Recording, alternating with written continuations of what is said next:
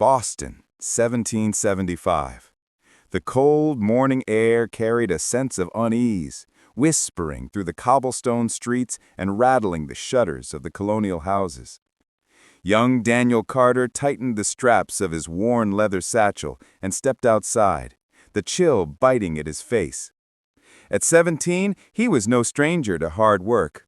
Delivering messages for the town's militia had taught him more about courage than any school ever could. Rumors had been spreading for weeks. The Sons of Liberty, hooded and determined, were planning something that could ignite the spark of revolution. Daniel, loyal to the ideals of liberty but cautious by nature, felt a thrill in his chest. This was the moment he had been waiting for, a chance to fight not only for himself, but for the freedom of a new nation. As he turned the corner, he noticed a group of British soldiers stationed near the harbor. Their red coats gleamed in the morning sun, and their boots clanged against the wooden docks. Daniel held his breath and ducked behind a stack of barrels. Every move. The days that followed the harbor incident left Daniel Carter restless. Every corner of Boston seemed to hum with tension. Whispers of rebellion floated through taverns, marketplaces, and back alleys, like sparks waiting to ignite a powder keg. Families argued quietly behind closed doors, debating loyalty to the crown or to the dream of freedom. Daniel returned home to find his father, a stern but wise man, pacing in their small kitchen. "Daniel," he said, his voice low but urgent, "you've been taking dangerous risks. This rebellion isn't a game." "I know, Father," Daniel replied, sitting at the wooden table. "But someone has to act. Someone has to stand for what's right. If we wait for others, nothing will change." His father's eyes softened for a moment. "I fought in my time, Daniel. I understand courage. But remember, bravery without wisdom can be deadly." The next evening, Daniel met with members of the Sons of Liberty in a shadowed cellar beneath a bakery on King Street. Candles flickered on the stone walls, casting long, trembling shadows. Among them were familiar faces: Samuel, a fiery young man with a tongue as sharp as his dagger, and Margaret, a bold woman whose intelligence and fearlessness inspired everyone around her. Samuel handed Daniel a folded parchment. "We've learned that the British are planning to seize the militia's weapons stored in Concord. We need riders to warn the townsfolk. You're fast, Daniel. We trust you." Daniel nodded, feeling a mixture of pride and terror. The weight of responsibility settled heavily on his shoulders. He would be carrying not just a message, but the hope of freedom. The ride began at midnight. The streets were silent except for the occasional clatter of hoofs or the rustle of wind through the trees. Daniel's horse, a lean chestnut named Ember, moved swiftly, guided by Daniel's steady hand and unwavering focus.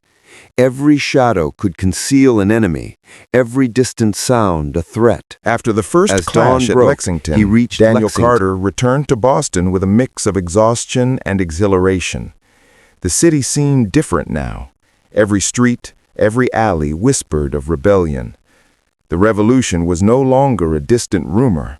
It was alive, pulsing through the hearts of the people.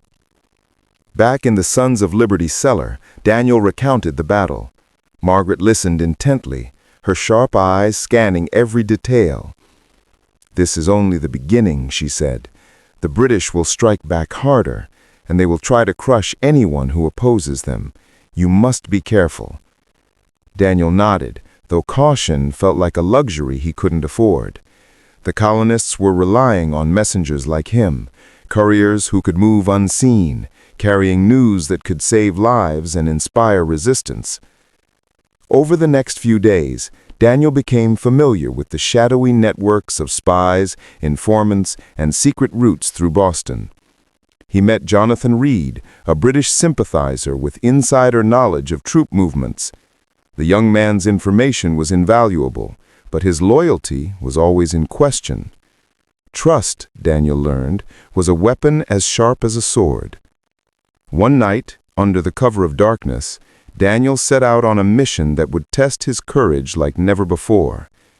His task was to deliver coded messages to militia leaders in towns surrounding Boston, warning them of a planned British raid. The streets were eerily quiet, and the fog thickened, muffling every sound. Lanterns flickered behind shuttered windows, casting long, dancing shadows on the cobblestones. As he rode, Daniel's mind replayed the events of Lexington and Concord. Faces of fallen comrades The war had haunted him. spread beyond Boston, touching every town and village. Daniel Carter, now hardened by countless battles and narrow escapes, rode through smoke-filled fields and war-torn streets, carrying messages that could change the course of the revolution. Margaret and the Sons of Liberty continued their secret work, gathering intelligence and inspiring the colonists. Daniel's courage inspired others. Even ordinary townsfolk began to take up arms, fueled by the vision of a free nation. At the decisive battle near Bunker Hill, Daniel fought side by side with Captain Parker and the militia. The ground shook with cannon fire, smoke obscured the sun, and the cries of men filled the air. Though the British forces were strong, the colonists' determination proved unbreakable. Daniel's quick thinking saved dozens of lives as he led men through strategic maneuvers, using knowledge of the terrain to their advantage. Amid the chaos, Daniel realized that freedom came with sacrifice. Friends fell beside him, and the path to liberty was strewn with loss. Yet each loss only strengthened the resolve of those who remained. Months passed, and news of victories, small and large, spread throughout the colonies.